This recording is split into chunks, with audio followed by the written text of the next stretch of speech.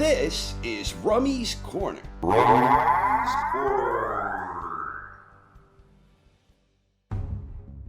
Salvador Sanchez got his first opportunity to compete for a major world title on February 2nd, 1980, when he challenged WBC featherweight world champion Danny Little Red Lopez. The fight started at a measured pace where Sanchez seized command early and never looked back. Sanchez was frequently interrupting the tactical flow with spirited combinations. Whenever the two traded, Sanchez was almost always getting the best of the exchanges, and he was finding ways to land a lot of sneaky shots. Lopez remained determined and was having some spots of success, but by and large he was being outboxed, outworked, and outlanded. The 21-year-old challenger was displaying a lot of maturity in his approach, and he maintained his composure whenever Lopez was scoring.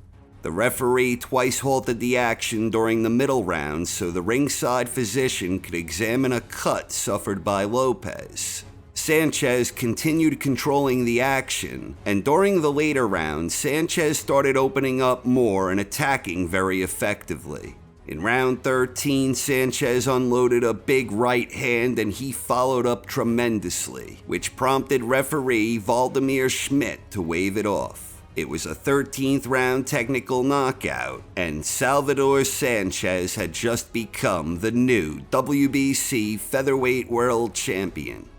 Sanchez made his first title defense on April 12, 1980, when he faced challenger Ruben Castillo. The challenger took control early. Castillo was using good movement and doing a good job staying out of range, and he was frequently beating Sanchez to the punch. After a few rounds, Sanchez started countering more effectively, and he was also starting to establish a groove with his jab. During the middle portion, Sanchez was looking very comfortable and he had seized the momentum. Castillo was throwing less and missing more. Sanchez was outmaneuvering him in this tactical battle of chess. It was a very competitive boxing match. Castillo was putting forth a game effort and was having isolated spots of success, but Sanchez was simply operating at a higher level. There were some good back and forth exchanges late in the contest, but Sanchez was the one dictating the tempo and flow of the action. At the conclusion of 15 rounds, Sanchez was awarded a unanimous decision with scores of 145 to 141, 147 to 144, and 146 to 142. Sanchez made his second title defense on June 21, 1980, when he had a rematch against former champion Danny Lopez. In the opening second, Sanchez landed a sneaky lead right. The action was fast-paced, and Lopez was having much greater success attacking in the early going of the rematch. The early rounds had a lot of heated exchanges where both featherweights were landing some really mean leather. Lopez was being aggressive and was finding ways to land, and Sanchez remained cool under fire while creating ways to make Lopez pay a price.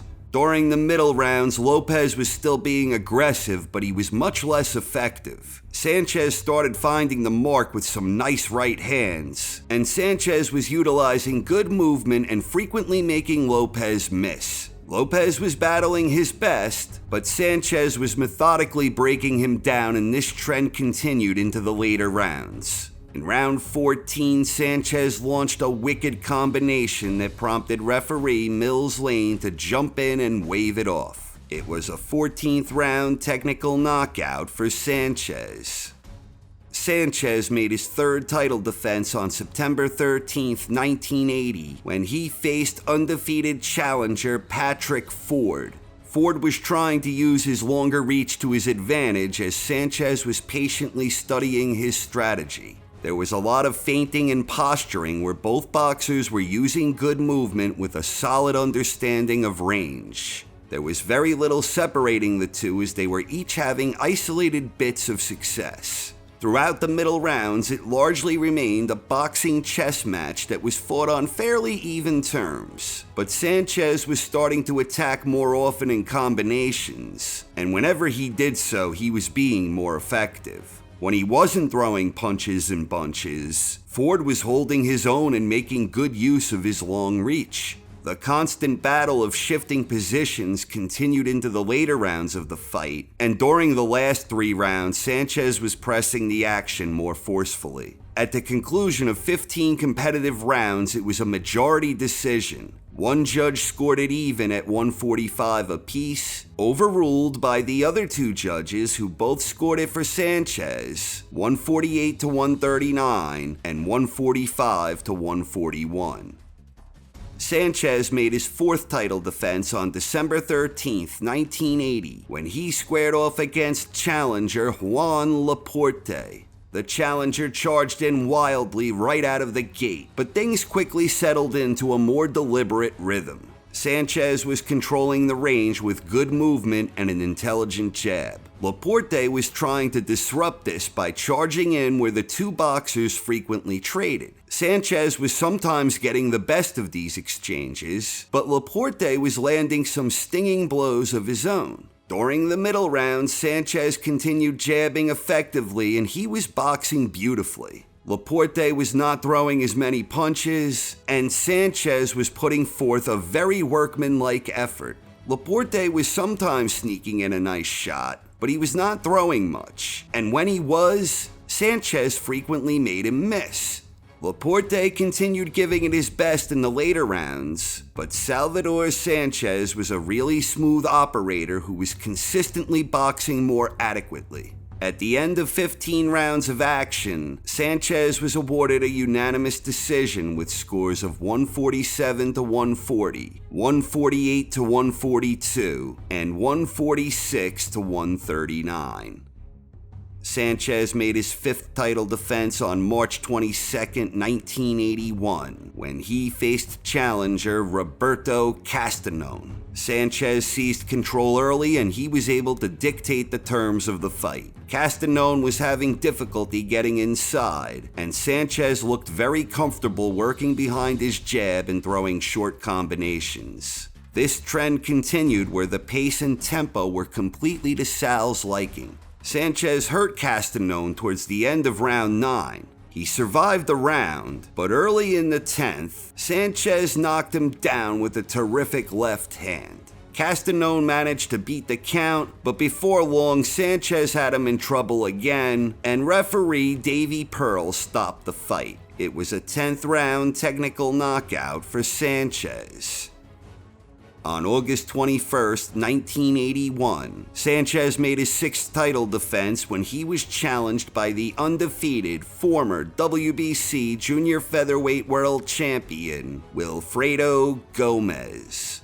Things began with both champions exhibiting a lot of mutual respect, but before long there was an eruption of fireworks and Gomez was down. Gomez beat the count, and then Sanchez proceeded to batter him all around the ring. Gomez was hurt, and he was absorbing a lot of punishment, but he managed to remain on his feet. Gomez was in full retreat as Sanchez was in hot pursuit, but the challenger survived the round. Gomez rebounded very well and started mounting some offense of his own, but he was paying a price almost every time he attacked, where Sanchez was generally getting the best of the exchanges.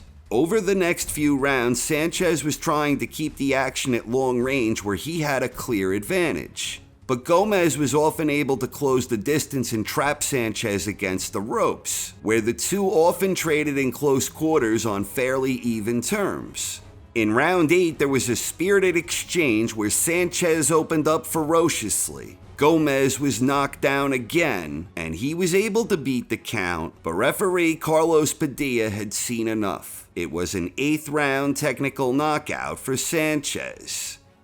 Sanchez made his 7th title defense on December 12, 1981, when he faced challenger Pat Cowdell. Sanchez controlled the early rounds with good lateral movement, a solid jab, and some nice short combinations. But as the early rounds progressed, Cowdell started having some success with his own jab, and his herky-jerky style was making for a more elusive target. Cowdell was making a good account of himself during the middle portions of the contest, but for the most part, Sanchez was sharper and more accurate. Cowdell had some of his best moments later in the fight, but even here Sanchez seemed to be getting the best of the exchanges more often than not, and Sanchez was effectively out-scrapping Cowdell whenever the two were battling in tight. Near the end of the final round, Sanchez clobbered Cowdell with a menacing right that dropped him. He beat the count and survived to the final bell. At the end of 15 rounds, it was a split decision.